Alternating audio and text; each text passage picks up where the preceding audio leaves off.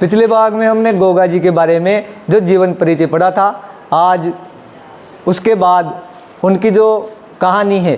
तो कहानी ये है कि उनके जो पिता थे जेवर सिंह, तो वो जेवर सिंह और उनकी माता जो बाछल दे थी, तो बाछल दे के गुरु थे गोरखनाथ, जो बाद में गोगा जी के भी गुरु हुए। और बहुत दिनों तक बाछल दे के और जेवर सिंह के कोई भी संतान नहीं हो रही थी। और उनका जो भाई था नेवर सिंह, उनके भी कोई संतान नहीं थी। तो बाछल दे ने क्या किया कि वह अपने गुरु के पास जाती है, गोरखनाथ जी के पास, और वहाँ जाकर और वह उनका जो गुरु था गोरखनाथ जी, उनसे इस विषय में बात करती है कि हमारे कोई संतान नहीं है और आप ऐसा कोई उपाय करो जिससे कि मुझे संतान हो, ताकि आगे जाकर वह राजा बने। तो गुरु गोरखनाथ जी ने उनको एक मंत्र पढ़कर गूगल दी, और वह गूगल बाछल दे के हाथ में रख दी और उसे ये कहा कि तुम जब घर पे जाओ तो इसको वहाँ रख देना, और रात्रि में जब तारे निकलेंगे तो तारे निकलने के बाद तुम्हें इसका पान करना है उन तारों को देखकर। बाछल दे वह गूगल लेकर चली जाती है और वह गूगल को अलमारी में रख देती है घर पर आने के बाद। और जब वो अलमारी में रख रही होती है तो जो गोगा जी की चाची है काछल, तो वह काछल उनको देख लेती है और वो ये समझ जाती है कि ये आज गोरखनाथ जी के पास गई थी, तो वहाँ से कुछ न कुछ ज़रूर लेकर आई होगी और ये ज़रूर संतान प्राप्ति की बात इसने उनसे की होगी और उन्होंने कोई उपाय बताया होगा। तो इसने जो चीज़ रखी है यहाँ पर, वह चीज़ मैं ले लूँगी। बाद में क्या होता है कि जो काछल है वह उस गूगल को ले जाती है और उसका पान वह कर लेती है और उसकी जगह दूसरी गूगल रख जाती है, ताकि बाछल को पता नहीं चले, यानी कि गोगा जी की माता को। जब समय निकल गया तो क्योंकि असली जो गूगल थी उसका पान किसने किया था, उनकी चाची ने किया था, इसलिए काछल को 2 पुत्र हो जाते हैं। और जबकि जो गोगा जी की माता थी, जो वास्तव में वहाँ गूगल लेने गई थी, और जो गोरखनाथ जी ने उपाय जिसको बताया था, उसके कोई संतान नहीं होती है। फिर जब वो 2 पुत्र हो जाते हैं तो काछल को, यानी कि बाछल को, गोगा जी की माता को तो तब पता चलता है कि भाई जो मैं गूगल लेकर आई थी वह किसने चुरा ली है, इस काछल ने चुरा ली है, और ये जो 2 संतान हुई है ये उसी का वरदान है। इसके बाद अब वो वापस गुरु गोरखनाथ जी के पास जाती है और वापस जाकर और उनसे बोलती है कि भाई मेरे साथ तो ऐसा हुआ और मुझे बीच में पता ही नहीं चला, और जब उसके 2 पुत्र हो गए तब मुझे पता चला है कि भाई आपने जो गूगल दी थी वो वास्तविक गूगल, मैंने उसका पान नहीं किया था, और उसका पान मेरी बहन उसने कर लिया है, काछल ने, और उसके 2 पुत्र हो गए हैं, इसलिए आप मुझे वापस संतान होने का वरदान दो। अब गोरखनाथ जी उससे मना कर देते हैं कि यहाँ कोई भाई प्रसाद थोड़ी बट रहा है जो बार बार ही तुम्हें पुत्रों का वरदान दे दूंगा। लेकिन जब वह नहीं मानती है और वो ज़्यादा जोर देती है तो गोरखनाथ जी उसे वापस पुत्र का वरदान देते हैं। लेकिन पहली बार उन्होंने उनसे कहा था कि आपके 2 पुत्र होंगे, और अब की बार वो ये कहते हैं कि आपके अब 1 ही पुत्र होगा, क्योंकि ये बार बार ही नहीं होता है। अब बाछल ने सोचा कि ठीक है, मेरे पुत्र हो ही नहीं रहा है, उससे तो अच्छा है कि 1 ही पुत्र हो, इसलिए वो वापस चली जाती है। कुछ समय के बाद में काछल को पुत्र होता है, और जो पुत्र होता है उसका नाम गोगा रखा जाता है। और जो गोगा है ये 2 शब्द से लिया गया है कि उनके गुरु कौन थे, गोरखनाथ, उससे तो गो लिया गया है। और गायों को उस समय पूजते थे, तो गाय का गा उठाकर और इस तरह से उनका नाम गोगा रखा जाता है। ऐसे समय बीतता जाता है, और बाद में क्या होता है कि जब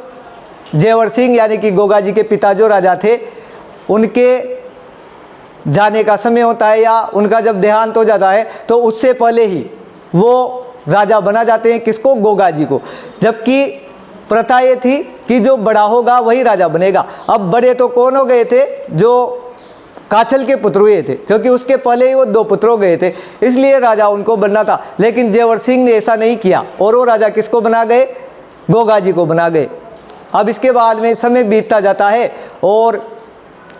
जो उनके पुत्र हुए थे काछल के, उनका नाम अर्जुन सरजुन था। तो जो अर्जुन सरजुन थे उनको हमेशा ही ये रहता था कि हमें राजा नहीं बनाया गया, इसलिए वो गोगा जी से लड़ते रहते थे और मतलब वो कोशिश करते थे कि किसी भी प्रकार से हम बड़े हैं और हम में से ही, हम दोनों में से ही किसी को राजा बनाया जाना चाहिए। लेकिन जेवर सिंह ने ऐसा नहीं किया था, इसलिए उन्होंने बहुत कोशिश की। लेकिन गोगा जी जब वो लड़ते थे तो उनसे कुछ भी नहीं कहते थे। क्यों नहीं कहते थे? क्योंकि उनकी माता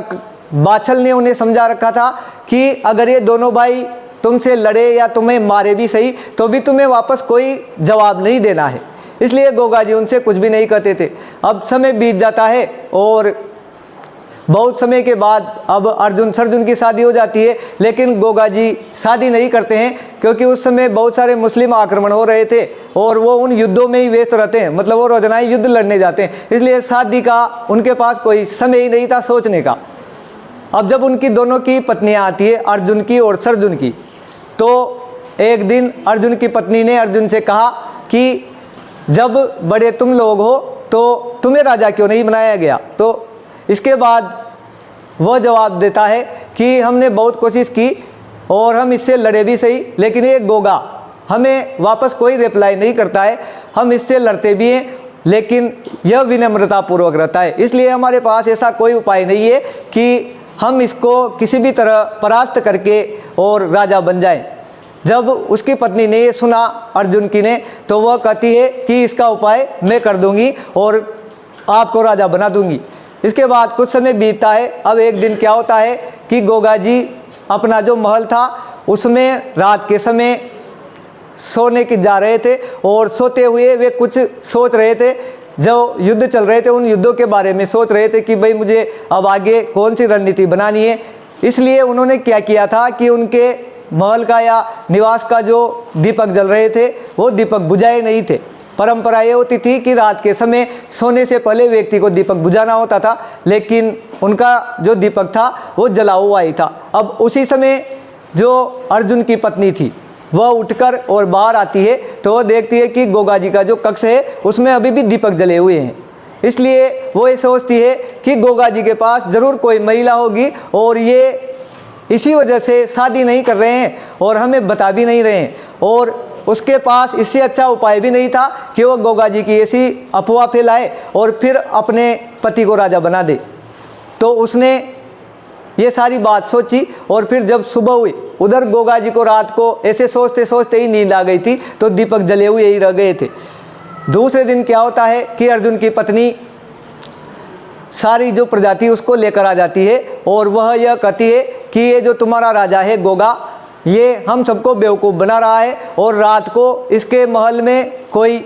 महिला इसके साथ थी, लेकिन यह किसी को बताता नहीं है और इसने हमारे साथ धोखा किया है और इसको गद्दी पे से उतार दिया जाना चाहिए। तो जब वो वहाँ आए तो उसने दीपक जले हुए देखे और रात को गोगा जी लेट सोए थे तो उनकी नींद नहीं खुली थी, और जब ऐसा शोर हुआ और गोगा जी की नींद खुली, वो बाहर आए और जब बाहर सबको देखा तो उन्होंने ये सोचा कि भाई ज़रूर कोई आक्रमण करने आ गया होगा। इसलिए उन्होंने पूछा कि भाई क्या समस्या है और तुम सब यहाँ क्यों आए हो, और कोई आक्रमण करने आ गया है तो भाई मैं चलता हूँ। लेकिन उनकी जो भाभी है वो बोलती है अर्जुन की पत्नी कि तुम हम सबको बेवकूफ़ बना रहे हो और रात के समय तुम्हारे घर में या तुम्हारे निवास स्थान पर दीपक जले हुए थे, तुम्हारे साथ कोई महिला थी, इसलिए सब देखने आए हैं। तो गोगा जी कहते हैं कि ऐसा तो हो ही नहीं सकता, मैंने आज दिन तक शादी के बारे में सोचा ही नहीं और महिला के बारे में सोचना तो बहुत दूर की बात है, और मुझे तो वैसे ही टाइम नहीं मिलता क्योंकि मैं युद्धों में व्यस्त रहता हूँ। अब प्रजा गोगा जी की तरफ थी क्योंकि वह 70 साल के हो गए थे और 70 साल के होने के बाद तक वो केवल रोजाना ही युद्ध ही लड़ रहे थे। तो प्रजा जानती थी कि जो व्यक्ति रोजाना ही युद्ध लड़ रहा है इतने सालों से, तो इसकी भाभी की बात झूठी है, इसलिए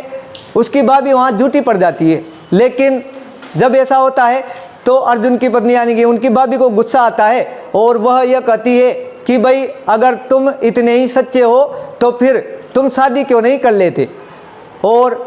तुम तो 70 साल के बूढ़े हो चुके हो और तुम्हें अब लड़की भी कौन देगा, या कौन सी राजकुमारी तुम्हारे साथ विवाह करेगी। जब गोगा जी ने ऐसा सुना तो वो भी अब ये सोचने लगे कि बात तो इसने बिल्कुल सही कही है, और कहने के बाद उनके मन में भी ये आया कि भाई मुझे भी अब अगर इसने कहा है ना सारी जनता के सामने, तो मुझे भी अब विवाह कर लेना चाहिए और मेरे लिए कोई राजकुमारी ढूंढनी चाहिए। तो वह भाभी जी से उसी समय प्रजा के सामने कह देते हैं कि मैं राजकुमारी ही लेकर आऊँगा और तुम्हारी ये इच्छा ज़रूर पूरी करूँगा, और मैं पूरी प्रजा के सामने कह रहा हूँ। अब इस तरह से सारी प्रजा चली जाती है। अब गोगा जी ने बोल तो दिया था, लेकिन वो बाद में ये सोचते हैं कि मैंने सबके सामने बोल तो दिया, लेकिन मैं 70 साल का हो चुका हूँ और मैं लड़की कहाँ से लेकर आऊँगा, और वो भी राजकुमारी, कौन विवाह करेगी मुझसे। थोड़ा सोचने के बाद वो उनके जो 2 परम मित्र थे, बज्जू कोतवाल और जवाहर पांडे, उनके पास जाते हैं और उन्हें सारी बात बताते हैं कि भाई ऐसा ऐसा हुआ है, मैंने भाभी के सामने और प्रजा के सामने ये बोल दिया है, और अब तुम दोनों का ये काम है कि तुम दोनों कहीं से भी राजकुमारी ढूंढ कर लाओ और मेरा विवाह हो जाना चाहिए, वरना मैं तुम दोनों को नहीं छोड़ूंगा। अब वो दोनों जाते हैं और कुछ दिनों के बाद वापस आते हैं तो उन्होंने लड़की ढूंढ ली थी, और वो आकर गोगा जी को कहते हैं कि भाई तुम्हारी जो राजकुमारी है वो कोलुमंड फलोदी नामक स्थान पर है, और उसका नाम केलम दे राठौड़ है। जो मैंने पहले तुम्हें पढ़ाया था बाबूजी राठौड़, तो उसमें एक नाम आया था, उनके बड़े भाई थे बूढ़ो जी, तो वो केलम दे राठौड़ उन बूढ़ो जी की ही बेटी है। तो उसको ढूंढकर वो वापस आए थे, तो उन्होंने बोल दिया कि भाई तुम वहाँ पर जाओ और तुम्हारी शादी का प्रस्ताव रखो और वो तुम्हारे साथ ज़रूर विवाह करेंगे। अब गोगा जी बढ़िया सज धज कर वहाँ पर चले जाते हैं, और जाते ही वो बूढ़ो जी से बात करते हैं जो वहाँ के राजा थे, और बूढ़ो जी से बात करके कहते हैं कि जो आपकी लड़की है केलम दे राठौड़, वह राजकुमारी मुझे पसंद है और मैं उससे विवाह करना चाहता हूँ। जब उसने ये कहा गोगा जी ने, तो बूढ़ो जी ने पहले तो देखा कि भाई तेरे पैर तो शमशान में जा रहे हैं, 70 साल का बूढ़ा हो चुका है और तू अब विवाह की सोच रहा है, तुझे कौन राजकुमारी देगा, और इसके अलावा अगर दे भी देगा तो तेरे साथ क्या करेगी, तू तो दूसरे दिन ही मर जाएगा, इसलिए ऐसा सोचना ही तुम्हारे लिए व्यर्थ है। तो उन्होंने बिल्कुल साफ साफ शब्दों में मना कर दिया कि भाई मैं इसका विवाह केलम दे का तुम्हारे साथ नहीं करूँगा, क्योंकि ये संभव नहीं है, मेरी बेटी अभी 18-19 साल की है, इसलिए मैं उसका विवाह नहीं कर सकता, ये कहकर उन्होंने टाल दिया। अब गोगा जी वहाँ से निराश होकर वापस दोनों दोस्तों के पास आते हैं, तो पहले तो उन दोनों दोस्तों को कूटते हैं अच्छी तरह, और कूटने के बाद उनसे ये कहते हैं कि ऐसी लड़की ढूंढ कर लाए हो जिसके बाप ने जाते ही मना कर दिया कि मैं तुम्हारे साथ शादी नहीं करूँगा, और अब मुझे राजकुमारी कहाँ से मिलेगी, और तुमने इतने दिनों में क्या किया, तुम उसको मना भी नहीं सके। तो वो दोनों कहते हैं कि भाई इसमें हमारा क्या कसूर है, ये बात तो तुम्हें पहले सोचनी चाहिए थी, भाई मैं 18 साल का होते ही शादी कर लूँ, अब 70 साल वाले से कौन शादी करेगा। वो दोनों वहाँ से भाग जाते हैं कि भाई तू जाने और तेरा काम जाने। अब गोगा जी को कोई उपाय दिखाई नहीं देता है, लेकिन उनको उनका चैलेंज पूरा करना है। तो वो वापस उनका जो गुरु है गोरखनाथ, वहाँ पर जाते हैं जो उनकी माँ का भी गुरु था, और गोरखनाथ जी के पास जाकर वो सोचते हैं कि मैं इनसे बोल दूंगा और मेरा काम हो जाएगा। लेकिन जब वो उनके सामने जाते हैं तो उनकी हिम्मत नहीं होती है ये कहने की कि भाई मैं कोलुमंड फलोदी में गया था मेरी शादी का प्रस्ताव लेके, और वहाँ जाने के बाद लड़की वालों ने मेरे से मना कर दिया। ऐसी बात वो गुरु से बोल नहीं सकते थे। अब उस समय क्या हुआ था कि जो गोरखनाथ जी थे उनके भी स्वर्ग जाने का समय हो गया था, क्योंकि उनको काफ़ी टाइम हो गया था, वो उसकी माता के भी गुरु थे, इसलिए वो बहुत सालों से पृथ्वी पर थे और उनके स्वर्ग जाने का समय हो गया था। तो गोरखनाथ जी ने गोगा जी से कहा कि देख गोगा, अब मेरे जाने का भी समय हो गया है, और अगर तू कुछ काम आया है तो तू मुझसे बोल दे और मैं तेरी इच्छा पूरी करके ही जाऊँगा। अब गोगा जी वो शादी वाली बात तो नहीं बोलते हैं, लेकिन गोगा जी ये कह देते हैं कि गुरुजी अगर आप मुझे देना चाहते हो तो आप मुझे ये वरदान दो कि इस पृथ्वी पर जितने भी सर्प हैं जितने भी सांप हैं वो सब मेरे अधीन हो जाएं और मेरी ही बात माने, मैं जो कहूँ ना सारे सर्प ही वही करें। वो गोरखनाथ जी उसे वरदान दे देते हैं और फिर उनका विमान आता है और वो उन्हें स्वर्ग की ओर ले जाता है। गोरखनाथ जी चले जाते हैं। अब गोगा जी प्रसन्न हो जाते हैं थोड़े, क्योंकि आज से ही वो क्या हो गए थे, नागों के देवता हो गए थे। और नागों के देवता होने के कारण वो जो भी कुछ करना चाहते थे तो वह कर सकते थे।